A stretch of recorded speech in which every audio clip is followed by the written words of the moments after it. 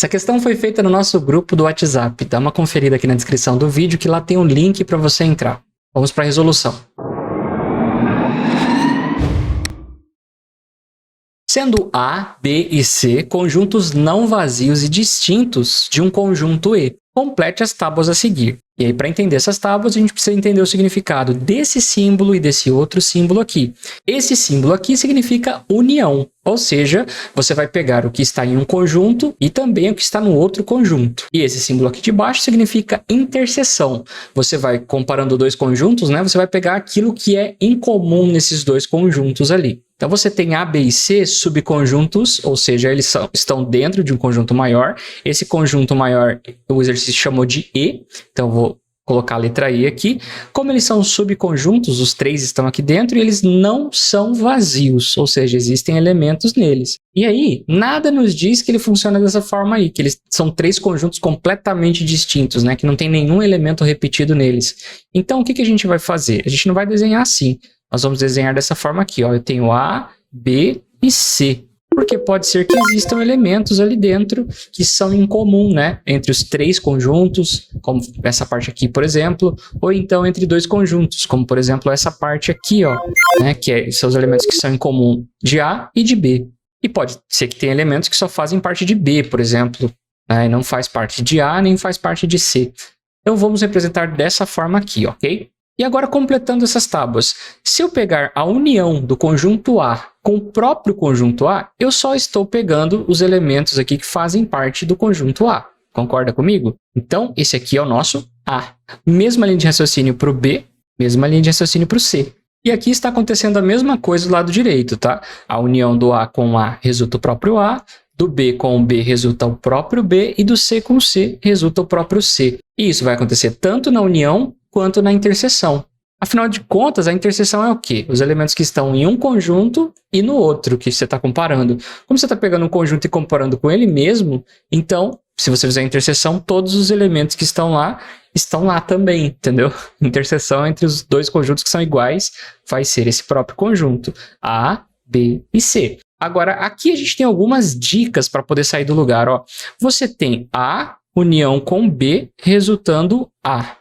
O que significa isso? A união com B resulta A. Como os conjuntos não são vazios, eu não posso afirmar que B é um conjunto vazio. Essa seria uma das possibilidades. Eu posso dizer assim, ó, se eu uno A com B e resulta A, então B não tem nada. B é vazio. Eu poderia dizer isso, certo?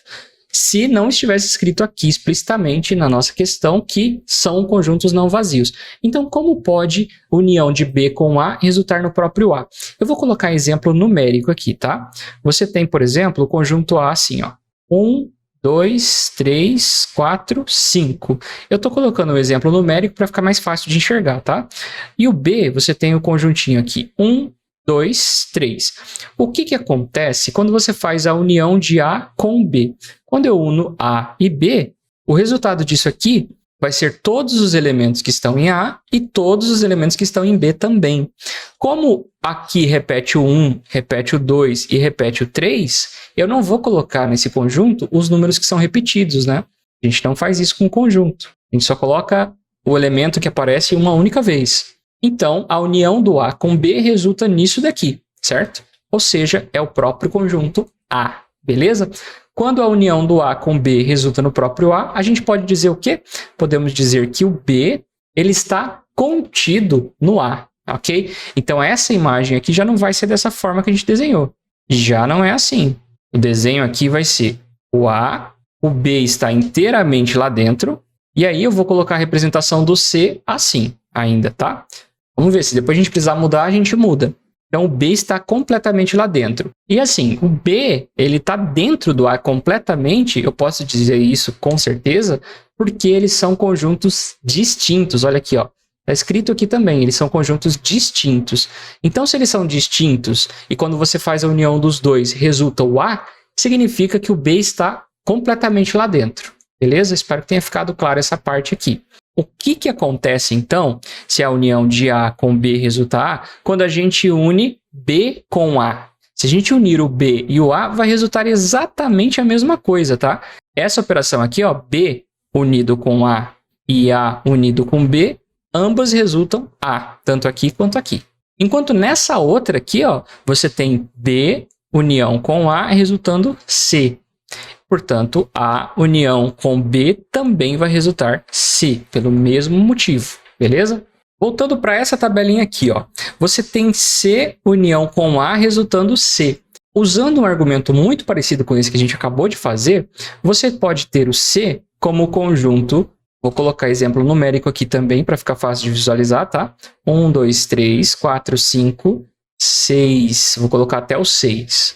Só para servir de exemplo, ó, o que acontece se eu pego o conjunto C e faço ele unido com A? Eu tenho exatamente todos os elementos do C unidos com os elementos do A. Eles vão se repetir do 1 até o 5, tá? E aí, quando a gente faz a união, a gente acrescenta o 6. Então, se eu fizer A união C, o resultado disso aqui é 1, 2, 3, 4, 5, 6. Ou seja, A união C está resultando o próprio conjuntinho C. Ou seja, o A está dentro do C. Necessariamente o A está dentro do C, pelo mesmo argumento anterior. Tá? Se ficou confuso essa parte, dá uma voltada porque eu estou explicando em detalhes. Aí você pulou essa parte do vídeo provavelmente. Estou explicando em detalhes o que está acontecendo entre o A e o B, ok? Vamos apagar aqui e escrever. O B está lá dentro, o A contém o B e o C contém o A. Como eles são distintos, eles contêm, eles não são iguais. Beleza? Alguém pode se perguntar aí, de onde que eu estou tirando esses números? Eu estou tirando os números da minha cabeça só para servir de exemplo, tá? Estou colocando aqui, ajustando uma situação para que aconteça exatamente o que está acontecendo aqui na tabela, tá? Uma operação entre dois conjuntos, né? Entre o C e o A, que resulta o próprio C. Poderiam ser outros números, poderiam ser outras figuras, tá? Estou colocando um exemplo aqui de situação só para facilitar o entendimento. Eu espero que tenha acontecido isso. Então, a ideia aqui de você pegar C unido com A vai resultar C e A unido com C também vai resultar C, beleza? O pensamento é o mesmo. E agora, como a gente já construiu, né, o diagrama aqui mostrando como é que se comportam esses três conjuntos, nós podemos tirar a conclusão aqui do que resulta a união de C com o B. Se eu unir o conjunto C, que contém o B, né, com o próprio B, vai repetir alguns elementos ali, isso aí a gente não vai escrever, que acontece, e você vai colocar simplesmente o C, porque o C é o maior de todos, né? Quando a gente faz a união dele com tudo que está lá dentro, vai dar o próprio C, que ele está contendo todos. Então, aqui também resulta C e aqui também resulta C. Então, esse diagrama aqui que a gente montou é referente a essa situação aqui, tá? Especificamente essa situação aqui. O comportamento dessa outra tabela aqui vai ser diferente, tá? Porque o que está acontecendo ali? Vamos lá, vamos para outra tabelinha agora. Nessa tabela aqui, ó, quando a gente está unindo o B com o A, o resultado é C. Informou a gente isso, o exercício informou a gente disso, né? Como que vai ser o gráfico dessa primeira tábua aqui, ó? Você tem o conjuntinho que a gente chama de A, e você tem outro conjuntinho que você chama de B, e nada nos diz que não pode ter uma interseção. Então, eu vou deixar ali como se houvesse essa interseção. E o C é a união do B com o A. Então, o que é o C no caso aqui? É tudo isso daqui, ó. Todos os elementos de A, da interseção e do B. Esse todo aqui é o conjunto C, beleza? Vou representar assim, então, ó. Eu tenho o A aqui dentro, o B aqui, e eu vou colocar a letra C para representar aqui, que é a união desses dois conjuntos, tá? E aqui por fora é o conjunto E, porque todos eles são subconjuntos desse conjunto E. Tá escrito aqui, ó. Beleza, agora fica fácil a gente ver o que acontece quando a gente faz a união do C com o A. Se eu pegar o C, que é o conjunto que contém o A e o B, e você faz a união dele com o A, vai resultar o quê? Vai resultar o próprio C. Mesmo argumento anterior, tá? Eu estou pegando um conjunto que é maior, que contém o A, e unindo com o A. Na hora de escrever todos os elementos, você vai ter o próprio conjunto A e todos os outros elementos até chegar no conjunto C. Então, a união dos dois resulta o próprio C. Mesmo argumento para esse aqui, para essa parte aqui, ó, união de A com C. E o mesmo vale para o conjunto B, né? Você está pegando um conjunto B que também está contido em C, então quando você faz a união dele com C, vai ser todos esses elementos. Então eu vou colocar aqui, ó, união do B com C resulta o próprio C, e aqui também resulta o próprio C, ok? Então essa tábua aqui vem para essa segunda representação. Para não ficar muita coisa na tela, agora vamos seguir aqui com a interseção, tá? Com a tela vazia. Você tem aqui A, B e C. A interseção do A com o próprio A resultou A, beleza. Aqui está informando o seguinte para a gente, ó, que a interseção do A com o B resultou o conjunto B. Então vamos pegar conjuntinhos de exemplo novamente, ó. Se eu faço a interseção do A com o B e resulta o próprio B, como que a gente pode dizer isso, né? Vou organizar um exemplo aqui, ó. Eu vou dizer que a interseção dos dois é 2, 3, 4. Beleza? Essa vai ser a interseção. Se eu falo que o conjunto A é 1, 2, 3, 4, 5, 6, e eu falo que o conjunto B são os elementos 2, 3 e 4, olha só que interessante, ó. Qual que é a interseção, né? O que está no A e no B ao mesmo tempo? O 2 está aqui e está aqui. O 3 está aqui e está aqui. O 4 está aqui e está aqui também, tá? Então, a interseção do A com o B resultou o próprio conjunto B, que é 2, 3 e 4, ok? Quando que isso acontece? Numa situação dessas, onde o B está contido no A. Como eles são distintos, né? não podem ser idênticos ali, não corre o risco do A ser 2, 3 e 4 também, por exemplo, né? E a interseção daria 2, 3 e 4 também. Mas não vamos correr esse risco porque eles são conjuntos distintos. E o desenho, só para a gente manter a parte gráfica aqui também, seria assim, né? Você tem o conjunto A que está aqui e o conjunto B, onde que ele está? Ele está completamente aqui dentro do A. E todos eles estão dentro do conjunto E, que é esse maior aqui, né? Eles são subconjuntos de E. Bom, se a interseção do B com o A resulta o próprio B, a interseção do A com o B vai resultar o quê, né? Vai resultar o próprio B também. Isso daqui é a mesma coisa que eu fazer a interseção do B com o A. São os mesmos elementos que vão estar lá dentro. Então, eu posso escrever aqui sem medo. B.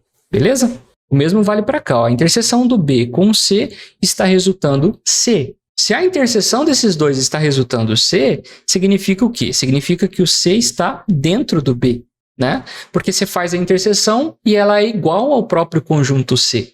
Então, você poderia usar o mesmo argumento. Eu posso dizer aqui, ó, vou escrever o conjunto C aqui em cima.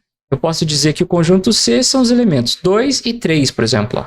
Se eu fizer a interseção de B e de C, qual que é o resultado dessa interseção? Vou fazer de azul. Ó. Interseção de B com C resulta o quê? Quais elementos que estão em C e estão em B ao mesmo tempo? O 2 está aqui e está aqui. O 3 está aqui e está aqui. Opa! Então, 2 e 3 são os elementos. A interseção é o mesmo que o próprio conjunto C, que é o que está sendo dito ali, ok? Portanto, o C está contido no B. É isso que significa que a interseção do B com o C resultando C. Então, a interseção do C com o B também vai resultar o quê? C, ok? Existe essa comutatividade aí. Bom, faltou agora o C e o A. Como a gente já conseguiu construir esse diagrama, né, para conseguir entender melhor o que está acontecendo, já dá para a gente dizer o que acontece quando você faz a interseção de A e C. Afinal de contas, se C está contido no B e B está contido no A, então quando você fizer a interseção do A com o C, vai pegar todos os elementos que estão em C e como ele está dentro de B, que está dentro de A, esses mesmos elementos lá de C estão também contidos em A. Então, se eu fizer a interseção do A com o C, também resulta o próprio C, ok? Então, aqui vai ser C. E aqui, mesma argumentação, tá? Só vai trocar a ordem aí. Ao invés de ser C interseção A, vai ser A interseção C. Também vai resultar o C. Beleza? Então, esses pensamentos todos têm a ver com esse diagrama da esquerda. Agora vamos olhar para o diagrama da direita. Quando você fala aqui que a interseção de A e B resulta o próprio B, você pode argumentar aqui que a interseção de B com A também vai resultar B. Igual aconteceu aqui, né? E aí simplesmente não nos foi informado o que acontece quando você faz a interseção do C com o A, nem do A com o C, nem do B com o C, nem do C com o B.